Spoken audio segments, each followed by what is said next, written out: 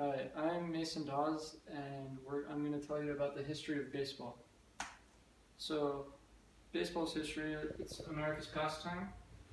It was invented by Abner Doubleday. It originated before the Civil War. It is played with 9 players on each team, and it has changed a lot since it was first created. So, the first era I'm going to talk about is the 19th century era. Foul balls were not strikes during this period.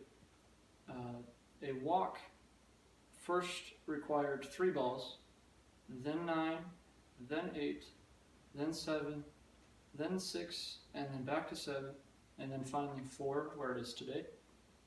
Batters could tell the pitcher where they wanted the ball to be pitched. They could tell them, oh, I want it to be thrown high, or I want it to be thrown low. And then until 1893, batters could use a bat that had one flat side on it, making it easier to hit. The next era is the dead ball era. This era is called the dead ball era because of the lack of home runs and the low scoring. The average in the 1908 season was 3.4 runs a game, which is very low. And the next was the live ball era, which they replaced the kind of ball they used, and a fresh ball was always in play. Nearly 10 runs were scored each game, and batting averages were over 300 across the league, and a 300 batting average is 3 out of 10 times, which is very successful. Players such as Babe Ruth and Lou Gehrig played during this time.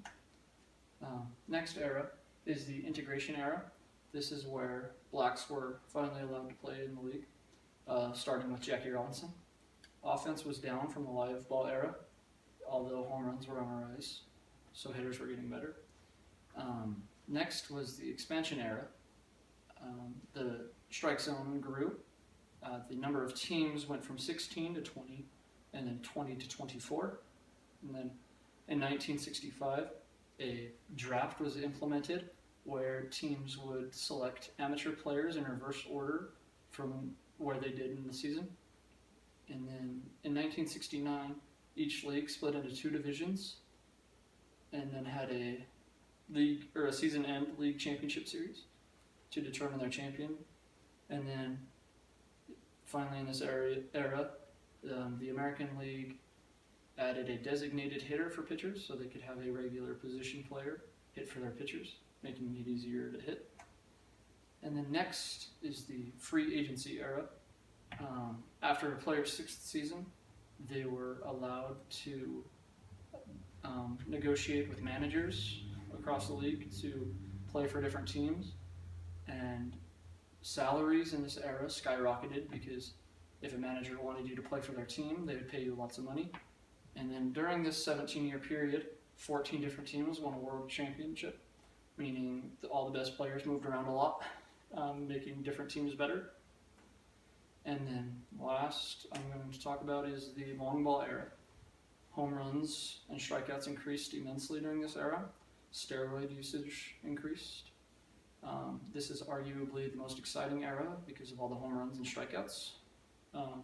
And they added more playoff teams and introduced interleague play to give fans an opportunity to see all the teams play in their cities.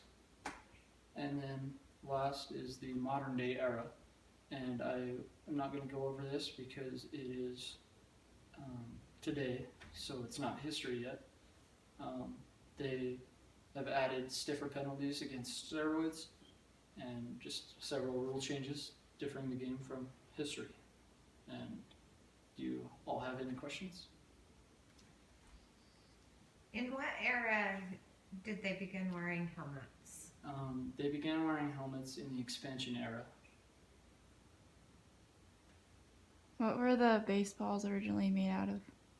Baseballs were originally made out of a rubber center with leather on top, and then it switched after the dead ball era to a cork and rubber center with a leather on top of it. What kind of penalties for steroid use exist today? For the first offense, it's an 80-game suspension. The second suspension, it's a full. The second offense is a full season, so 162 game suspension. And then the third offense is you're banned for life.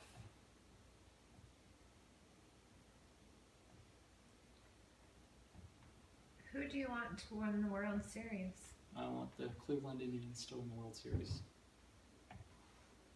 Do you have any more questions? I think you explained it pretty well.